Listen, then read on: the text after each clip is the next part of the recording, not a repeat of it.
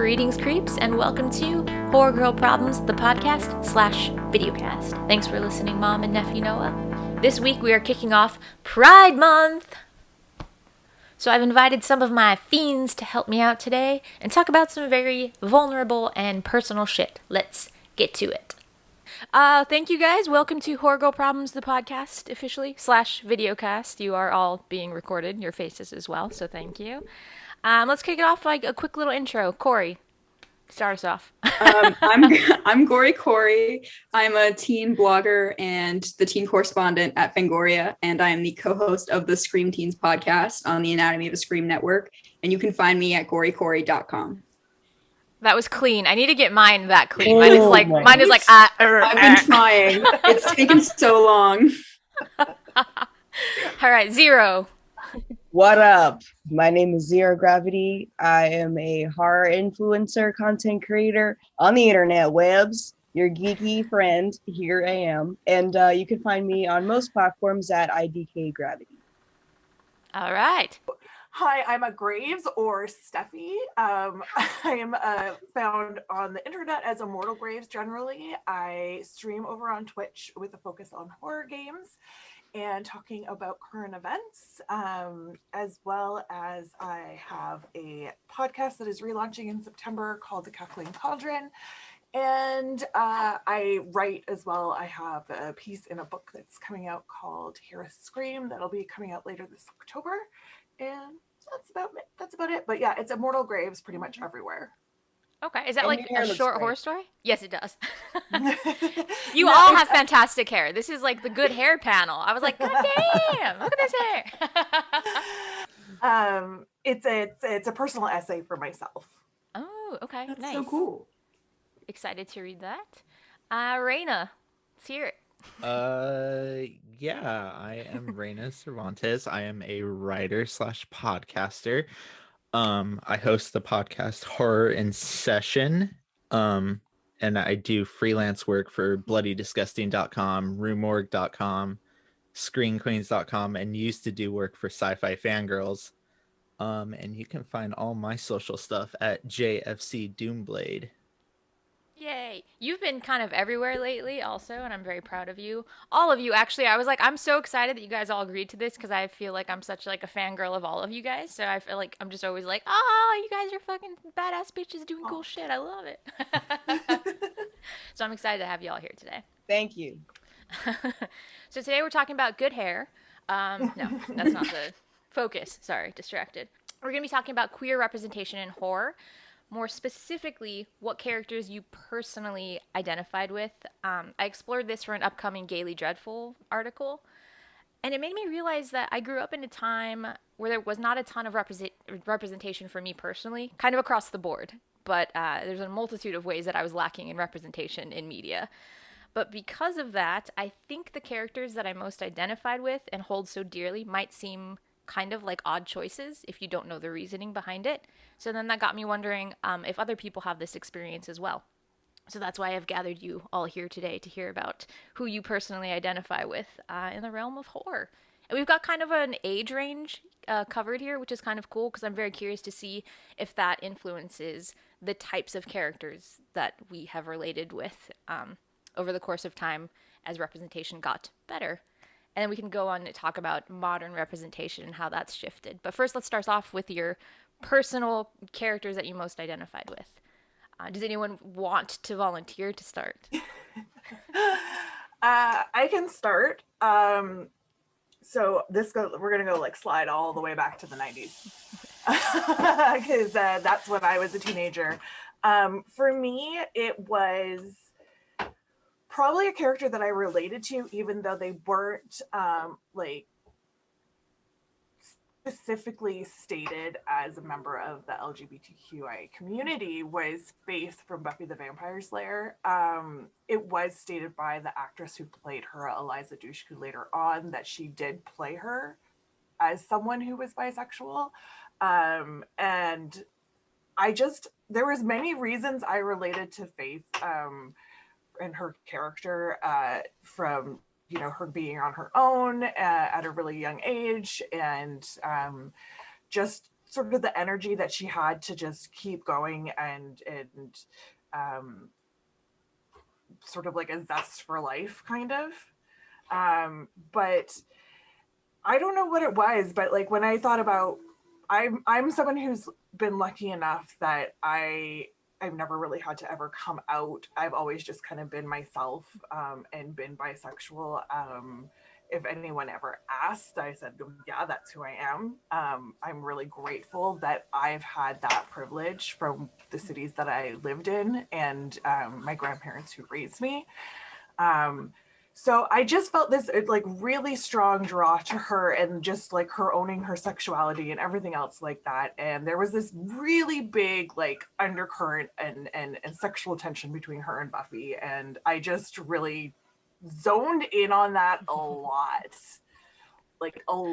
growing up. So I think I was probably like 17 when Faith was on the show.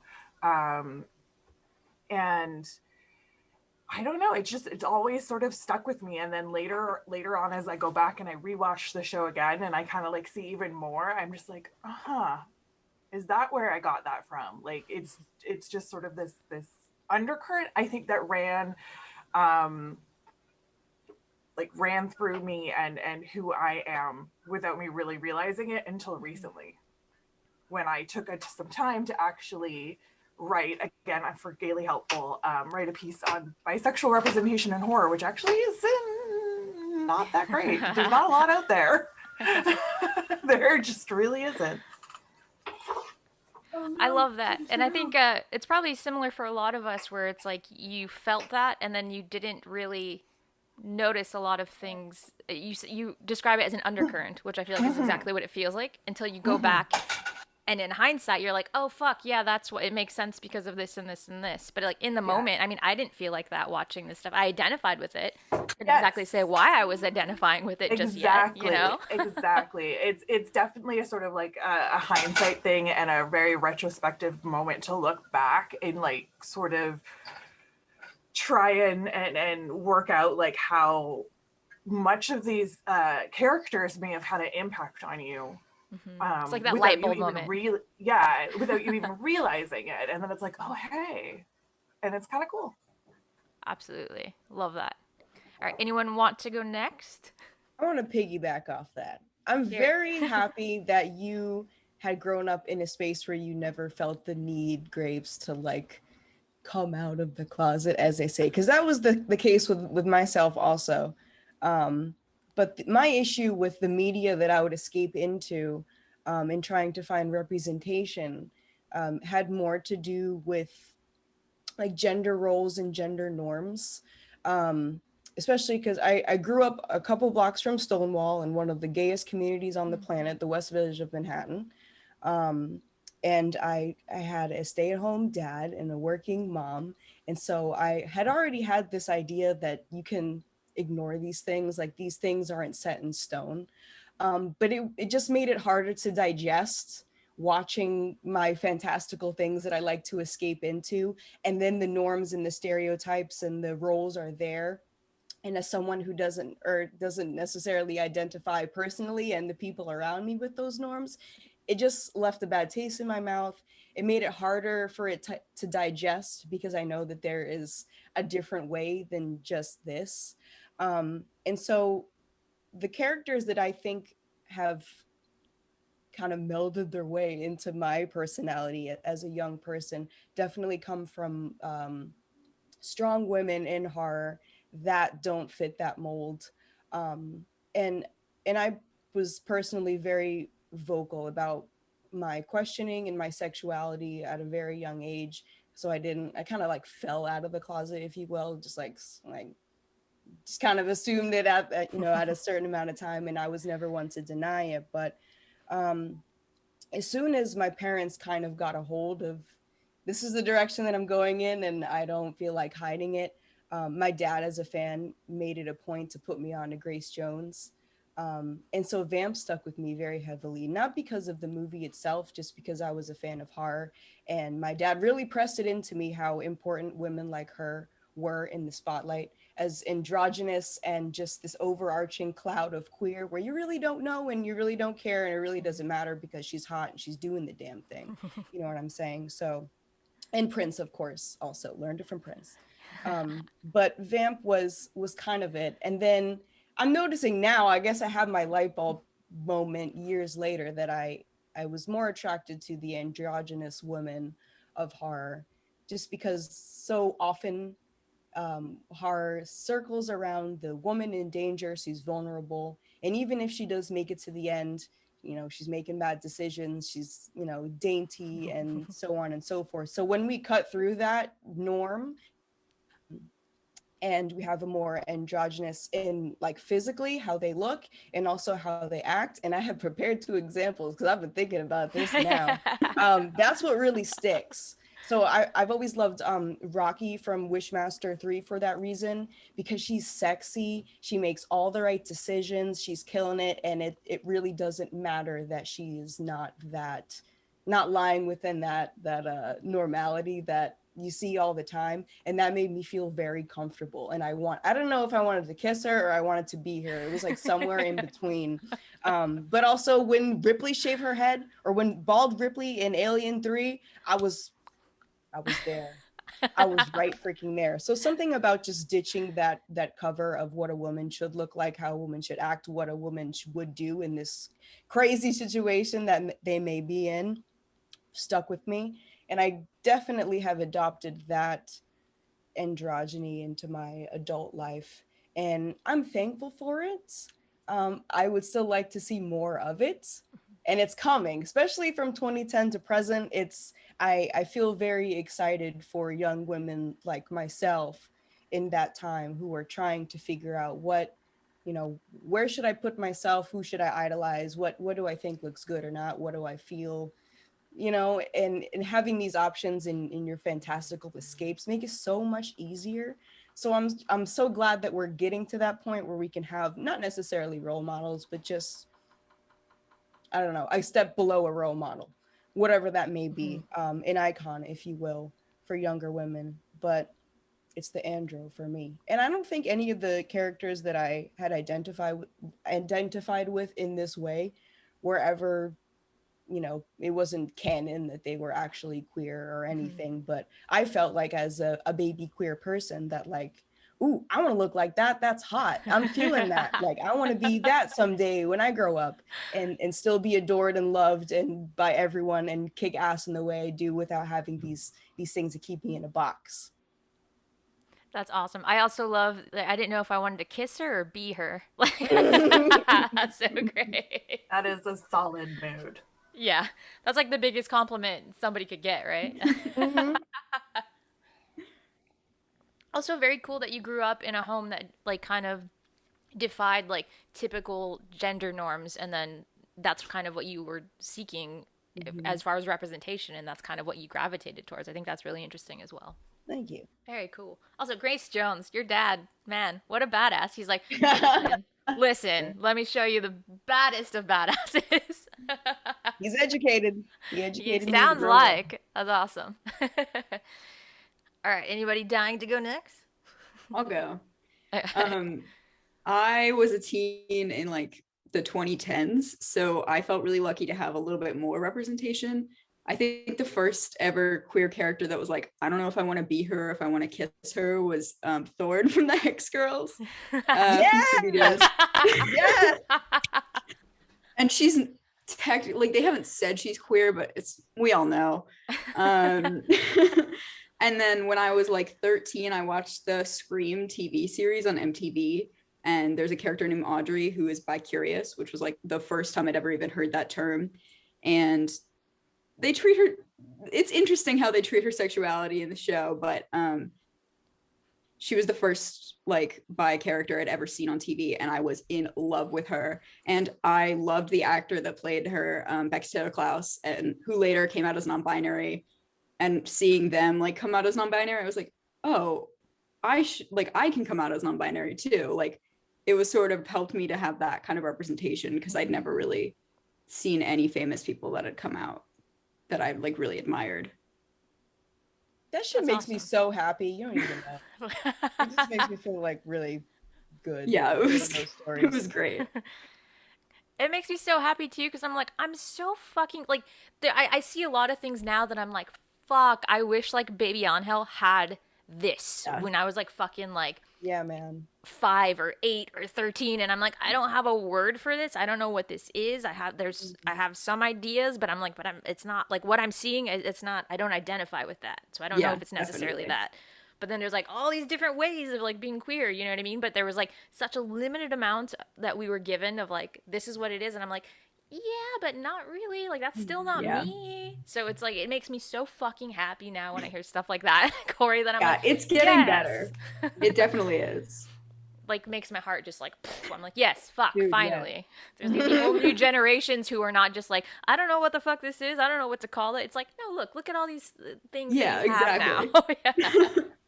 It's And amazing. then I think also sort of, I know this sounds sort of weird, but like watching Final Girls and Slashers really helped me understand gender roles, or I guess question gender roles, because all of these women were so powerful and were fighting back and were able to survive people that like 8 other people couldn't survive.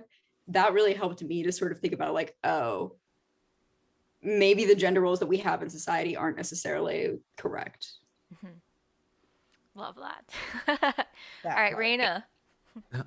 I guess I'm going last. No, I'm kidding. Best for last.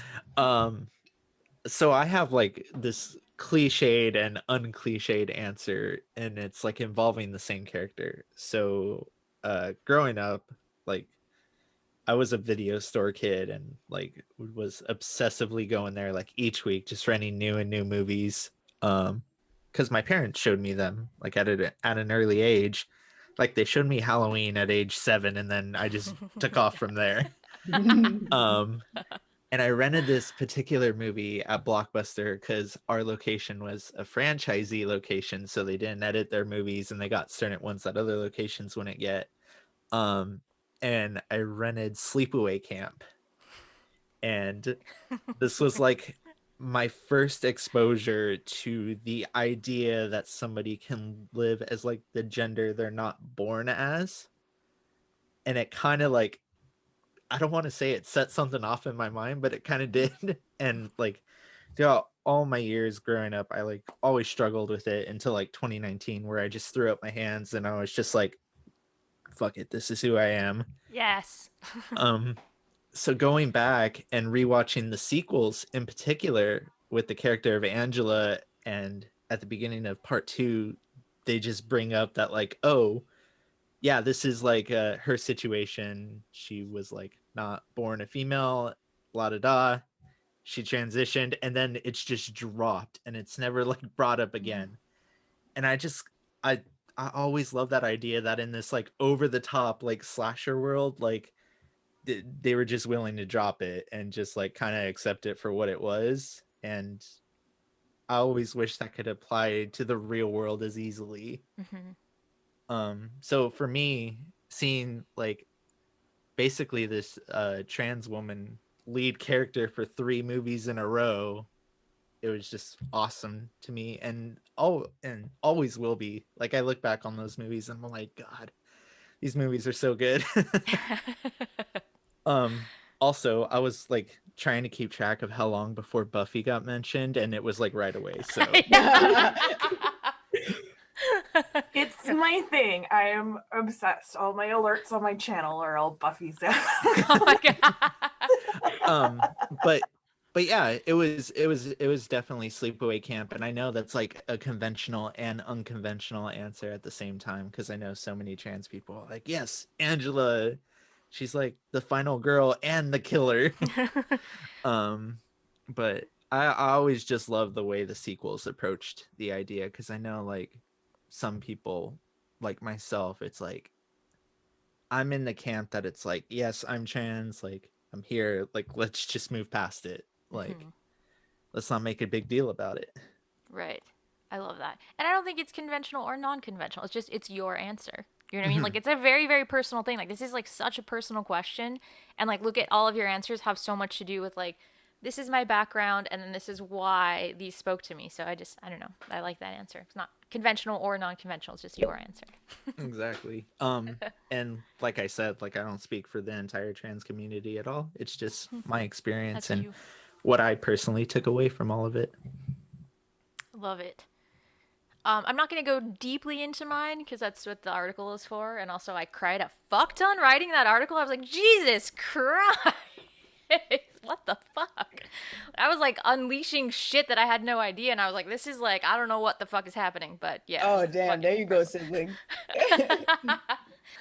I felt so many like things writing this article that it wasn't. I usually don't have to do a ton of edits. Like, I'm usually a decently quick writer and I don't have to do a fuck ton of edits. But I was like, I have too many thoughts and feelings about this that it's just a fucking mess. Like, it's so messy. And my That means cousin. it's gonna be so good though. Thank you. Well, I shouldn't set up high expectations for this. Set a low bar and maybe Oh, pleasantly please. surprising. No, the highest of expectations. Yeah. No, this is my literal nightmare. All right, can I ask you all one more question? It's like my favorite question that I ask people. So, if you were the final hero in a horror movie, what would your kill song be as you're like mowing down all the villains? That's a great question. Let me pull up my Spotify real quick. I'm gonna go with. Let me open up my Final Girl Kill Jams playlist on Spotify. That needs to be a thing. Yeah, totally Can, outdated. can we like Start it. canvas Get it started. Horror Twitter and like see what comes up? Hell yeah. Okay, yeah. We're going to post that after this. Yeah. I think that would I make think a I have a great. good answer. All right, let's hear it. I think I would like Freddy's Dead by Curtis Mayfield after I just like stabbed this man like a bajillion times, like 50 million times in the neck. And it's totally overkill at this point, but I'm mad and I've been put through hell for like 2.5 hours. And I'm just going, it's totally overkill. And then I just drop it, walk away like with the explosion in the back. But of course, I'm not going to turn around and like look at it. And then Freddy's dead. Freddy's dead. That's what I said. It's like really loud in the back. And I'm just a bad mamma jamma, you know? That was such a filmmaker answer because not only did you give us the song, you set the whole fucking scene. Like, I'm watching this in my head right now. I'm like, yeah, I need to make this movie, please. Dig it. Final answer. Final answer. It's a good one. You guys have yours? Or are you still thinking? I'm still thinking, but I'm gonna just go with my first instinct, and it was Okay. DeCoste by Ramstein. Oh, Nice. yes. Yes, Graves. It doesn't get more badass than that.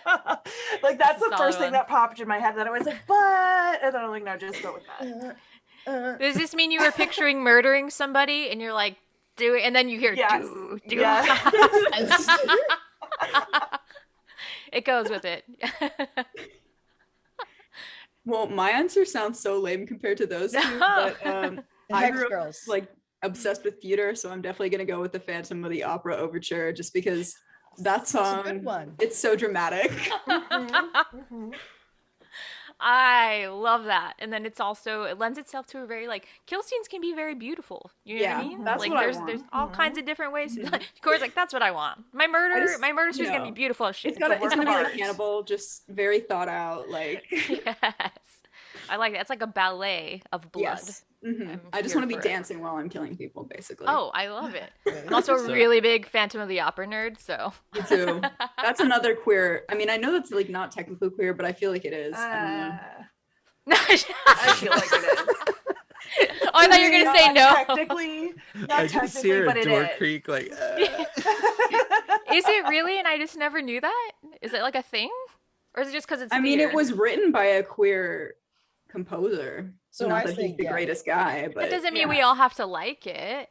Like- directed by a gay man, the movie adaptation, Joel Mhm. Schumacher. you know, there's just some like coded things in there where we're all just like drawn to it, like moths to flames. it's so dramatic and it's so beautiful.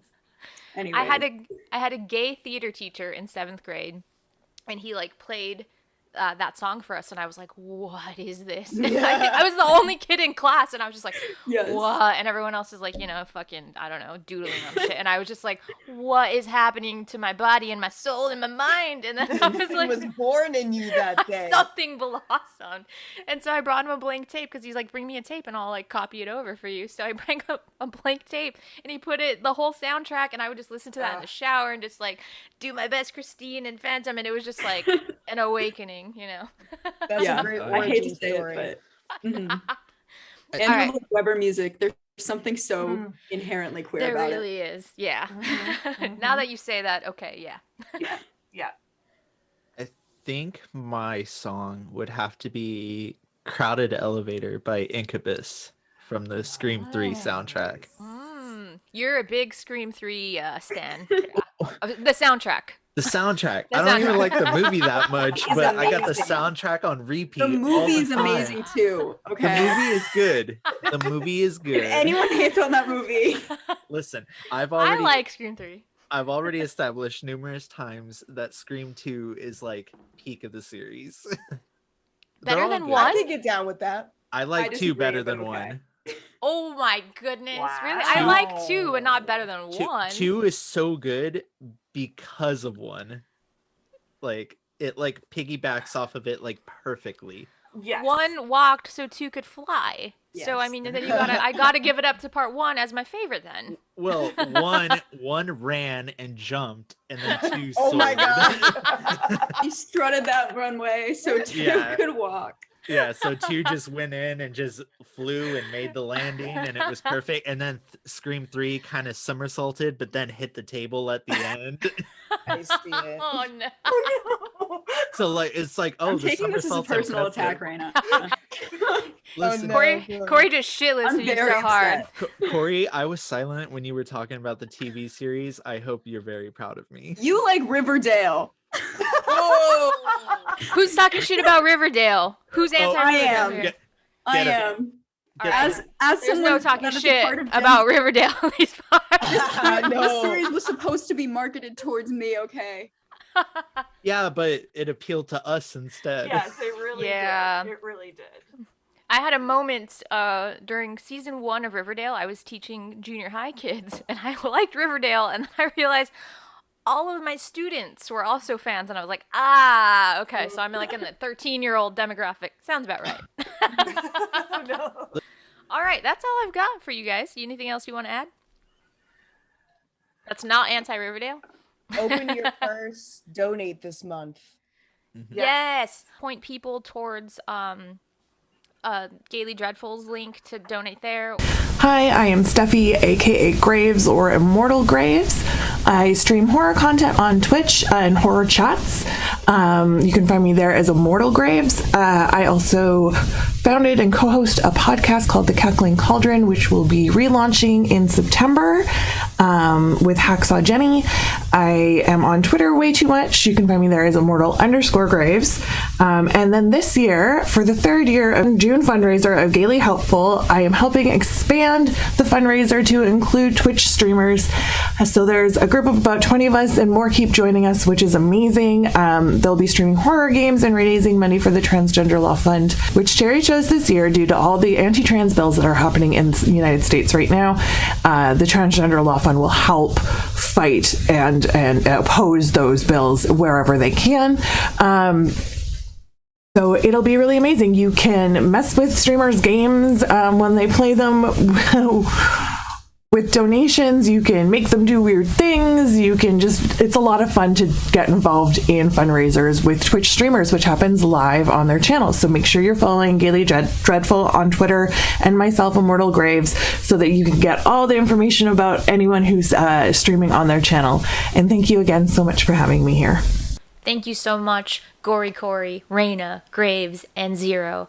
Honestly, such big fans of everyone in that panel. They're all doing such kick-ass, cool, amazing work, and they're just really stellar humans as well. So check them out. If you're not already, give them a follow. So our video cut out right as Graves was giving the information on the Gaily Helpful fundraiser that Gaily Dreadful is doing this month.